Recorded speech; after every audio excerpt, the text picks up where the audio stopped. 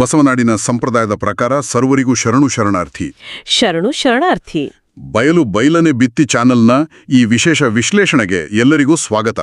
ನಮ್ಮ ಈ ಜ್ಞಾನ ದಾಸೋಹಕ್ಕೆ ನಿಮ್ಮ ಬೆಂಬಲ ಬೇಕು. ದಯವಿಟ್ಟು ನಮ್ಮ ಚಾನೆಲ್ ಅನ್ನು ಸಬ್ಸ್ಕ್ರೈಬ್ ಮಾಡಿಕೊಳ್ಳಿ. ಇಂದು ನಾವು ವಿಶ್ವಗುರು ಬಸವಣ್ಣನವರ ಒಂದು ಅತ್ಯಂತ ಪ್ರಖರವಾದ ವಚನವನ್ನು ವಿಶ್ಲೇಷಣೆ ಮಾಡಲಿದ್ದೇವೆ. ಒಂದು ಕ್ರಿಯೆ ಯಾವಾಗ ಕೇವಲ ಆಚರಣೆ ಆಗ್ತದೆ ಮತ್ತು ಯಾವಾಗ ಅನುಭವವಾಗ್ತದೆ. ಬಹಳ ಮುಖ್ಯವಾದ ಪ್ರಶ್ನೆ. ಹೌದು.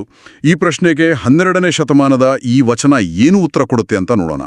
ಅದಕ್ಕೂ ಮೊದಲು ಸಂಪೂರ್ಣ ವಚನವನ್ನು ಒಮ್ಮೆ ಕೇಳೋಣ ಗಾಂಭೀರ್ಯದಿಂದ. ಎನಿಸು ಕಾಲ ಕಲ್ಲು ನೀರೊಳಗಿದ್ದಡೇನು, ನೆನೆದು ಮೃದುವಾಗಬಲ್ಲುದೆ. ಎನಿಸು ಕಾಲ ನಿಮ್ಮ ಪೂಜಿಸಿ ಏವನಯ್ಯ, ಮನದಲ್ಲಿ ದೃಢವಿಲ್ಲದನ್ನಕ್ಕ. ನಿಧಾನವ ಕಾಯ್ದಿರ್ದ ಬೆಂತನಂತೆ, ಅದರ ವಿಧಿ ಎನಗಾಯಿತು ಕೊಡಲ ಸಂಗಮ ದೇವ. ಸರಿ, ಈ ವಚನದ ಮೊದಲನೇ ಸಾಲೆ ಬಹಳ ಗಟ್ಟಿಯಾದ ಒಂದು ರೂಪಕವನ್ನು ನಮ್ಮುಂದಿಡುತ್ತೆ. ನೀರಿನಲ್ಲಿರುವ ಕಲ್ಲು. ಹೌದು. ಇದು ಬಾಹ್ಯ ಸಂಪರ್ಕದಿಂದ ಆಂತರಿಕ ಬದಲಾವಣೆ ಸಾಧ್ಯವೇ ಇಲ್ಲ ಅಂತ ಹೇಳಿದ ಹಾಗೆ ಇದೆ.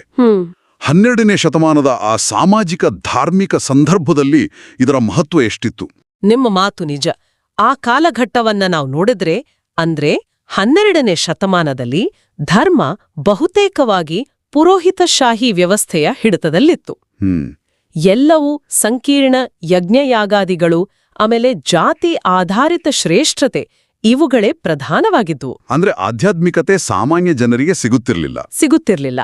ಅದು ಕೇವಲ ಒಂದು ಬಾಹ್ಯ ಪ್ರದರ್ಶನವಾಗಿತ್ತು. ಇಂಥ ಒಂದು ಸನ್ನಿವೇಶದಲ್ಲಿ ತಾನೇ ಬಸವಾದಿ ಶರಣರ ಕಲ್ಯಾಣ ಚಳುವಳಿ ಒಂದು ದೊಡ್ಡ ಕ್ರಾಂತಿಯನ್ನೇ ಮಾಡಿತು. ಹೌದು. ಅವರ ಪ್ರಕಾರ ಆಧ್ಯಾತ್ಮಿಕತೆ ಅನ್ನೋದು ವೈಯಕ್ತಿಕ ಅನುಭವ, ಅದು ಸಾರ್ವಜನಿಕ ಪ್ರದರ್ಶನ ಅಲ್ಲ.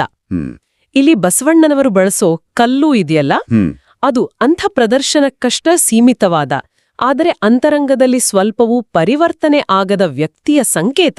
ಹಾಗಾದ್ರೆ ಮನದಲ್ಲಿ ದೃಢವಿಲ್ಲದನ್ನಕ್ಕೆ ಅನ್ನೋ ಪ್ರಶ್ನೆ ಅದು ನೇರವಾಗಿ ಆಚರಣೆಯ ಹಿಂದಿನ ಪ್ರಾಮಾಣಿಕತೆಯನ್ನೇ ಪ್ರಶ್ನಿಸುತ್ತಿದೆ ಅಲ್ವಾ? ಖಂಡಿತ. ಇದನ್ನ ನಾವು ಇವತ್ತಿನ ಕಾಲಕ್ಕೆ ಹೋಲಿಸೋದಾದ್ರೆ ಈ ವರ್ಚ್ಯೂ ಸಿಗ್ನಲಿಂಗ್ ಅಥವಾ ಸದ್ಗುಣದ ಪ್ರದರ್ಶನ ಅಂತ ಹೇಳ್ತೀವಲ್ಲ, ಅದಕ್ಕೆ ಹೋಲಿಸಬಹುದಾ? ಅತ್ಯುತ್ತಮವಾದ ಹೋಲಿಕೆ. ಖಂಡಿತ ಹೋಲಿಸಬಹುದು. ಬಸವಣ್ಣನವರ ಚಿಂತನೆಯ ತಿರುಳ್ಳೇ ಇದು. ಸರಿ. ನೋಡಿ, ಲಿಂಗಾಯತ ದೃಷ್ಟಿಕೋನದ ಪ್ರಕಾರ ದೇವರು ಅಂದ್ರೆ ಶಿವ ನಿರಾಕಾರ, ಅವನಿಗೊಂದು ರೂಪ ಅಂತ ಇಲ್ಲ. ಹೌದು, ನಿರಾಕಾರ. ಹಾಗಾಗಿ ಅವನನ್ನು ವಿಗ್ರಹ, ಪೂಜೆ, ನೈವೇದ್ಯ ಇಂಥ ಬಾಹ್ಯ ವಸ್ತುಗಳಿಂದ ಒಲಿಸಿಕೊಳ್ಳಲು ಸಾಧ್ಯವೇ ಇಲ್ಲ. ಅವನನ್ನು ಅರಿಯೋಕೆ ಬೇರೆ ದಾರಿ ಬೇಕು.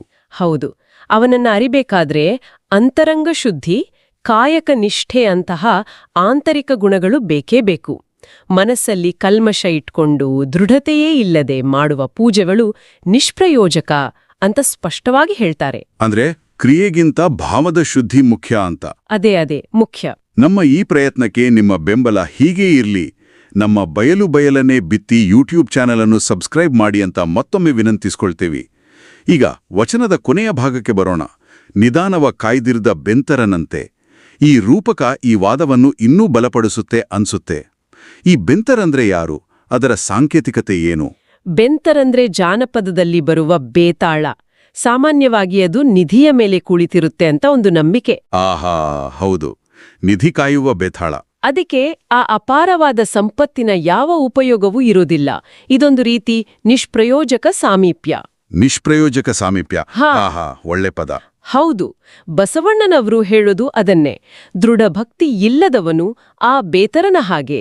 ಅವನು ದೇವರ ಸನ್ನಿಧಾನದಲ್ಲಿರಬಹುದು, ದೇವಸ್ಥಾನದಲ್ಲಿರಬಹುದು, ದೈವಿಕತೆಗೆ ಬಹಳ ಹತ್ತಿರದಲ್ಲೇ ಇರಬಹುದು. ಆದರೆ ಆ ಅಂತರಂಗದ ದೃಢತೆ ಇಲ್ಲದ ಕಾರಣ ಅವನಿಗೆ ಆ ದೈವಿಕತೆಯಿಂದ ಯಾವ ಪ್ರಯೋಜನವೂ ಆಗಲ್ಲ. ಅವನ ಬದುಕು ನಿಧಿ ಕಾಯುವ ಆ ಬೇತಾಳದಷ್ಟೇ ವ್ಯರ್ಥ, ದುರಂತಮಯ. ಇದು ಒಂದು ರೀತಿ ಆಧ್ಯಾತ್ಮಿಕ ಬಡತನವನ್ನು ಸೂಚಿಸುತ್ತೆ. ಖಂಡಿತ. ಬಹಳ ಶಕ್ತಿಯುತವಾದ ರೂಪಕ ಇದು. ಹಾಗಾದ್ರೆ ಈ ವಚನದ ಒಟ್ಟು ಸಾರಾಂಶವನ್ನ ನಾವು ಹೀಗೆ ಅರ್ಥ ಮಾಡಿಕೊಳ್ಬಹುದು. ಯಾವುದೇ ಕ್ರಿಯೆಯ ಮೌಲ್ಯ ಇರುವುದು ಅದರ ಬಾಹ್ಯ ರೂಪದಲ್ಲಿ ಅಲ್ಲ, ಬದಲಿಗೆ ಅದರ ಹಿಂದಿರೋ ಆಂತರಿಕ ದೃಢತೆ, ಪ್ರಾಮಾಣಿಕತೆ ಮತ್ತು ಉದ್ದೇಶದಲ್ಲಿ. ಹೌದು. ಇದು ಕೇವಲ ಧಾರ್ಮಿಕ ಆಚರಣೆಗೆ ಮಾತ್ರ ಸೀಮಿತ ಅಲ್ಲ ಅಲ್ವಾ? ನಮ್ಮ ವೃತ್ತಿ, ದೈನಂದಿನ ಜೀವನದ ಎಲ್ಲಾ ಕ್ರಿಯೆಗಳಿಗೂ ಇದು ಅನ್ವಯಿಸುತ್ತೆ. ಖಂಡಿತವಾಗಿಯೂ ಅನ್ವಯಿಸುತ್ತೆ. ಅದಕ್ಕಾಗಿಯೇ ಈ ವಚನ ನಮ್ಮೆಲ್ಲರ ಮುಂದೆ ಒಂದು ಬಹಳ ಗಂಭೀರವಾದ ಪ್ರಶ್ನೆಯನ್ನು ಇಡುತ್ತೆ. ಅದೇನೋ? ನಮ್ಮ ಜೀವನದಲ್ಲಿ ನಾವು ಪಾಲಿಸುವ ಸಂಪ್ರದಾಯಗಳು, ನಾವು ಮಾಡುವ ಕೆಲಸಗಳು, ನಾವು ಇಟ್ಟುಕೊಂಡಿರುವ ಸಂಬಂಧಗಳು, ಇವೆಲ್ಲ ಕೇವಲ ಅಭ್ಯಾಸ ಬಲದಿಂದ ಬಂದಿರುವ ನೀರಿನೊಳಗಿನ ಕಲ್ಲುಗಳಾಗಿವೆಯಾ? ಅಥವಾ ಅವುಗಳ ಹಿಂದೆ ನಿಜವಾದ ಮನದ ದೃಢತೆ ಇದೆಯಾ? ಹೌದು, ಇದನ್ನ ನಾವೆಲ್ಲರೂ ಕೇಳ್ಕೊಳ್ಬೇಕಾದ ಪ್ರಶ್ನೆ. ಅತ್ಯಂತ ಆಳವಾದ ಮತ್ತು ಚಿಂತನೆಗೆ ಹಚ್ಚುವಂತಹ ಚರ್ಚೆ. ತಮಗೆ ಧನ್ಯವಾದಗಳು. ನಿಮಗೂ ಕೂಡ. ನಮ್ಮ ಈ ಜ್ಞಾನದಾಸೋಹಕ್ಕೆ ನಿರಂತರವಾದಿ ಮಾರ್ಗದರ್ಶನ ನೀಡುತ್ತಿರುವ ಕಾಯಕ ಫೌಂಡೇಶನ್ ಹಿರೇಬಾಗೇವಾಡಿ ಸಂಸ್ಥೆಗೆ ನಮ್ಮ ಹೃತ್ಪೂರ್ವಕ ವಂದನೆಗಳು. ಸರ್ವರಿಗೂ ಶರಣು ಶರಣಾರ್ಥಿ. ಸರ್ವರಿಗೂ ಶರಣು